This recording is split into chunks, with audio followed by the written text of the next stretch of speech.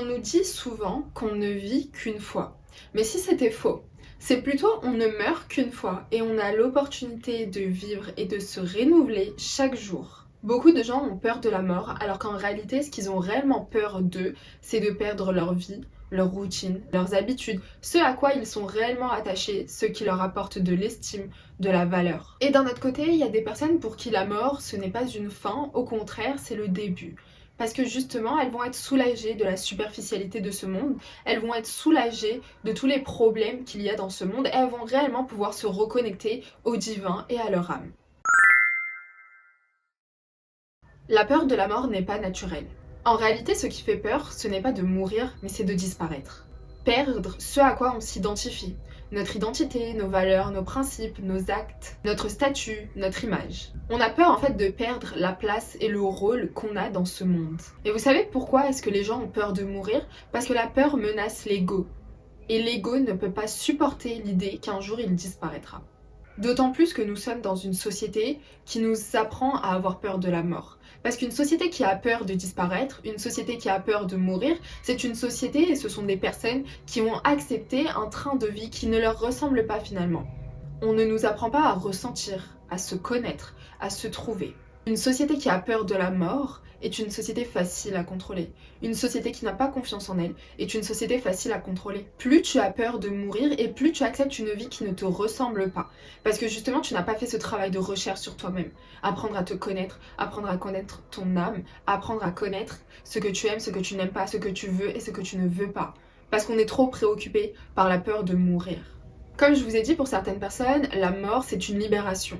C'est des personnes qui ne supportent pas ce monde matériel et qui vont littéralement trouver leur éveil, leur vie pleinement au travers de la mort. Parce qu'elles seront détachées de ce monde, elles seront détachées de tout ce côté matériel qu'on a dans notre société, l'impérialisme, le patriarcat, le fait de tout le temps garder un rythme de productivité. Vous savez, l'humain, il a été créé pour vivre comme les animaux et la nature, c'est-à-dire à sa guise, à son rythme, non pas pour avoir un rythme qui est complètement industrialisé. Donc il y a des personnes qui ne supportent pas ça au plus profond de leur âme, et pour eux, la mort, c'est une révélation. Et dans ma vidéo sur mon éveil spirituel, je vous avais parlé par exemple des crises existentielles. Et bien en fait, c'est réellement un moment où on se rend compte que ce monde dans lequel on vit n'a aucun sens et dans lequel on n'a aucune place. Et on comprend réellement pendant ces crises existentielles qu'est-ce qui se passe et qui est réellement notre âme. Et en fait, on se rend compte que notre âme n'a pas sa place et elle est en crise. Et en fait, on se rend compte que notre âme n'a pas sa place dans ce monde et que si on veut réellement être à notre place, être aligné, et ben en fait, la seule étape qui nous reste à faire, c'est de quitter ce monde matériel. Et pour moi, par exemple, mon éveil spirituel et ces crises existentielles, ça m'a réellement fait une claque parce que j'avais peur de la mort auparavant et maintenant j'ai plus du tout peur de la mort. Au contraire, je la vois comme une libération, comme l'étape finale de tout ce jeu que nous sommes en train de jouer. Et donc on a une vision des choses qui change radicalement et un sentiment des choses qui change radicalement. Surtout qu'on peut mourir sans réellement mourir. À chaque fois que vous vous créez une nouvelle identité, l'ancienne meurt. À chaque fois que vous vous réinventez, l'ancienne meurt. À chaque fois que vous avez une rupture, une blessure, que vous décidez de guérir, l'ancienne version de vous meurt d'une certaine manière et elle reste au passé. Chaque transformation qu'on va subir est une petite mort. Mais chaque mort intérieure est une renaissance. C'est comme le phénix qui renaît de ses cendres. Tout simplement. Du coup, vu qu'on veut que la société et les gens aient peur de la mort, qu'est-ce qu'on fait? On leur dit qu'ils ne vivent qu'une fois. C'est faux, vous ne mourrez qu'une fois. Vous vivez tous les jours et chaque jour est une nouvelle opportunité pour vous réinventer, pour apprendre de nouvelles choses, pour devenir une meilleure version de vous-même, pour être meilleur que la veille. Chaque jour est une opportunité que vous devez saisir. Sauf qu'en fait, on vous a mis dans une routine métro, boulot, dodo et on vous dit que vous ne vivez qu'une fois. Donc, si tu veux partir en voyage une fois dans l'année, tu peux. Mais en réalité, on devrait pouvoir se permettre ça, pas qu'une fois dans l'année, mais plusieurs fois dans l'année. Et je vais vous dire ce que je pense réellement vis-à-vis de ça, c'est que le pire dans la vie, c'est de n'avoir rien vécu. Vivez des expériences, allez à l'aventure, voyagez, découvrez de nouvelles choses. Mettez-vous dans des pétrins, c'est pas grave.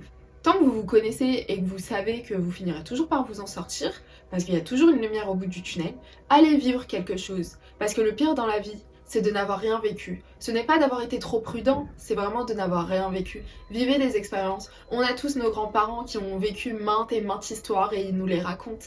Un jour, vous serez grand-père, grand-mère, qu'est-ce que vous aurez à raconter à vos petits-enfants? Sérieusement. Vous aurez quoi à leur raconter? Bah écoute, j'ai pas fait grand chose de ma vie parce qu'on m'a dit qu'après le bac, je devais faire une prépa, qu'après la prépa, je devais faire médecine pendant 10 ans si je voulais réussir ma vie et avoir un salaire un petit peu voilà, respectable. Et en fait, j'ai des horaires de 45 heures par semaine. Du coup, j'ai jamais eu le temps de vivre ma vie, de partir en voyage, de faire quoi que ce soit. C'est ça que vous voulez réellement? Non. On est d'accord que si vous racontez ça à vos petits-enfants, ça va pas les faire rêver, hein. Donc voilà, projetez-vous dans le sens où quand je serai plus vieux, qu'est-ce que je vais avoir vécu? Et ça doit vous animer. Tout ce que vous voulez, tout ce que vous cherchez est déjà au plus profond de vous. Tout ce qu'on veut est déjà à l'intérieur de nous. Il faut juste que vous fassiez le travail pour l'extérioriser. Le vrai courage, ce n'est pas d'accepter de mourir un jour. Le vrai courage, peut-être, c'est d'accepter de vivre tous les jours. Sans peur, sans manque, sans attendre. Écoutez guys, la vidéo est terminée. Si vous avez d'autres notions sur la mort, sur la vie, un peu des valeurs et des principes qui vous sont propres, n'hésitez vraiment pas à les partager dans les commentaires. Ça peut être hyper enrichissant pour moi et pour les autres personnes qui liront les commentaires.